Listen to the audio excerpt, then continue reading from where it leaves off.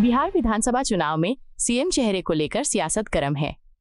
विकासशील इंसान पार्टी के प्रमुख और महागठबंधन के उप मुख्यमंत्री उम्मीदवार मुकेश सहनी ने एनडीए पर निशाना साधते हुए कहा कि वे भ्रम फैला रहे हैं। सहनी ने सवाल उठाया कि अगर एनडीए सच में नीतीश कुमार को मुख्यमंत्री बनाना चाहता है तो उसे प्रेस कॉन्फ्रेंस कर औपचारिक घोषणा करनी चाहिए, जैसे महागठबंधन ने अपने मुख्यमंत्री और उप मुख्यमंत्री उम्मीदवारों की थी। सहनी ने कहा कि बिना स्पष्ट घोषणा के जनता को गुमराह किया जा रहा है और ऐसा व्यवहार लोकतांत्रिक परंपराओं के खिलाफ है। समाजवादी पार्टी के वरिष्ठ नेता अबू आजमी ने राहुल गांधी की टिप्पणी पर प्रधानमंत्री मोदी को निशाने पर लिया। आजमी ने कहा कि भाजपा वोट पाने के लिए कुछ भी कर सकती है और वही कर रही है। उनके अनुसार पार्टी को लगता है कि नफरत फैलाकर वंदे मातरम, हिंदू मुस्लिम जैसे मुद्दे उठाकर बहुसंख्यक वोट हासिल किए जा सकते हैं।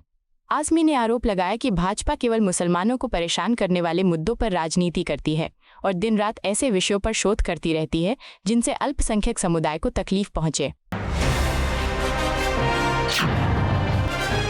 बिहार विधानसभा चुनाव 2025 के बीच कांग्रेस में प्रधानमंत्री मोदी को लेकर एक और बड़ा बयान सामने आया है। राहुल गांधी के बयान के बाद पार्टी नेता उदित राज ने तीखा हमला बोला।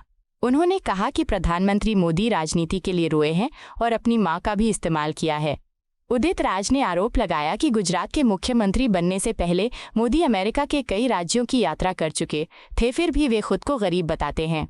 उन्होंने कहा कि जो व्यक्ति बिना वजह आंसू बहा सकता है उसके लिए नाचना कोई बड़ी बात नहीं। पटना में केंद्रीय गृह मंत्री अमित शाह ने सरदार पटेल की 150वीं जयंती समारोह पर प्रेस कॉन्फ्रेंस की।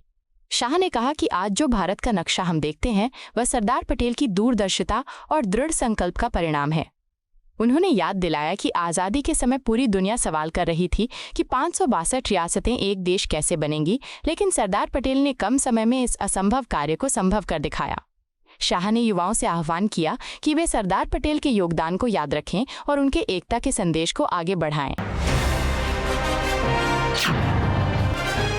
बिहार विधानसभा चुनाव में आरोप प्रत्यारोप का दौर तेज हो गया है। राजद नेता तेजस्वी यादव ने एनडीए सरकार और चुनाव आयोग पर गंभीर आरोप लगाए। तेजस्वी ने कहा कि चाहे एनडीए कितनी भी रैलियां कर ले, बिहार की जनता ने इस बार बदलाव का मन बना लिया है। उन्होंने आरोप लगाया कि चुनाव के बीच 10 लाख महिलाओं को पैसे बांटे जा रहे हैं, जो पूरी तरह से रिश्वत की तरह है। तेजस्वी ने सवाल उठाया कि अगर ये योजना इतनी जरूरी थी तो इसे चुनाव के बाद भी लागू किया जा सकता था। बिहार में छठ पूजा के बीच सियासी बयानबाजी तेज हो गई है। लोकसभा में विपक्ष के नेता राहुल गांधी की टिप्पणी पर भाजपा सांसद मनोज तिवारी ने कड़ी प्रतिक्रिया दी।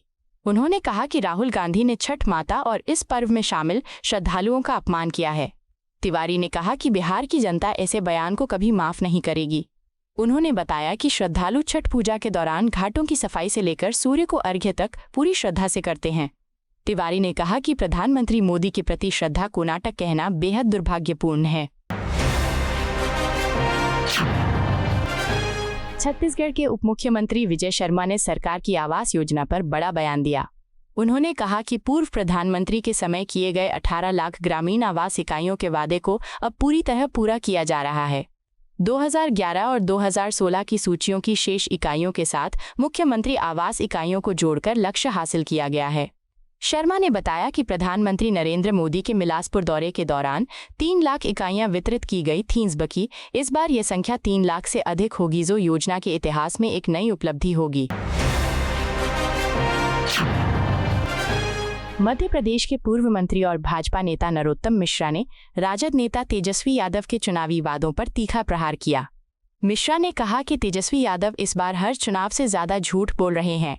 उन्होंने याद दिलाया कि तेजस्वी ने पहले भी लाखों युवाओं को रोजगार देने का वादा किया था, जो कभी पूरा नहीं हुआ। मिश्रा ने कहा कि बिहार की जनता उनके जंगल राज के दौर को भुला नहीं सकती। उन्होंने आरोप लगाया कि तेजस्वी बार बार असंभव वादे करते हैं और झूठ बोलना उनकी राजनीतिक परंपरा बन गई है। आप सांसद संजय सिंह ने बिहार में भाजपा पर तीखा हमला बोला। उन्होंने कहा कि वे बिहार की जनता को भारतीय झूठा पार्टी के झूठ से सावधान करने आए हैं। संजय सिंह ने आरोप लगाया कि छठी मैया ने खुद भाजपा के झूठ को देश और दुनिया के सामने उजागर कर दिया है। उन्होंने कहा कि यही भाजपा है जो छठी मैया के नाम पर नकली घाट बनवाती है और लोगों की आस्था से खिलवाड़ करती है। संजय सिंह ने दावा किया कि बिहार की जनता अब इस बार सच्चाई को पहचान चुकी है और बदलाव के लिए तैयार है। बिहार चुनाव को लेकर भाजपा नेता सैयद शाहनवाज हुसैन ने एनडीए की बड़ी जीत का दावा किया। उन्होंने कहा कि एनडीए पूरे बिहार में 200 से ज्यादा सीटें जीतने जा रहा है। भागलपुर जिले की 7 सीटों पर एनडीए की जीत तय है और महागठबंधन का खाता नहीं खुलेगा। शाहनवाज हुसैन ने कहा कि जहां विपक्षी दल आपसी मतभेदों में उलझे हैं, वहीं भाजपा और एनडीए एकजुट होकर मजबूती से चुनाव लड़ रहे हैं। उन्होंने दावा किया कि पूरे बिहार में मोदी नीतीश की लहर चल रही है और जनता ने एनडीए को फिर से मौका देने का मन बना लिया है। बिहार के मुख्यमंत्री नीतीश कुमार ने केंद्र सरकार की भूमिका की सराहना करते हुए प्रधानमंत्री नरेंद्र मोदी के प्रति आभार व्यक्त किया। उन्होंने कहा कि केंद्र सरकार बिहार के विकास में अपार सहयोग दे रही है और इसके लिए वे प्रधानमंत्री को आदरपूर्वक नमन करते हैं। नीतीश कुमार ने कहा कि प्रधानमंत्री लगातार राज्यों के विकास कार्यों की समीक्षा करते हैं और बिहार को विशेष प्राथमिकता देते हैं। उन्होंने ये भी कहा कि जब भी जनता किसी कठिनाई का सामना करती है, केंद्र और राज्य सरकार मिलकर उसकी मदद के लिए तत्पर रहते हैं। बिहार में प्रधानमंत्री नरेंद्र मोदी ने राजद और कांग्रेस पर तीखा प्रहार किया। उन्होंने कहा कि राजद और कांग्रेस के नेता छठी मैया की पूजा को नाटक बता रहे हैं, जो आस्था का गहरा अपमान है। प्रधानमंत्री ने सवाल किया कि क्या बिहार की माताएं और बहनें ऐसे बयान को सहन करेंगी।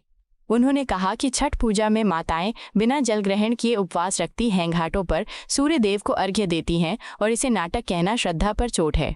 प्रधानमंत्री ने जनता से अपील की कि वे ऐसे लोगों को लोकतांत्रिक तरीके से जवाब दें। आपको यह वीडियो पसंद आया हो तो इसे लाइक करें, हमारे चैनल को सब्सक्राइब करें।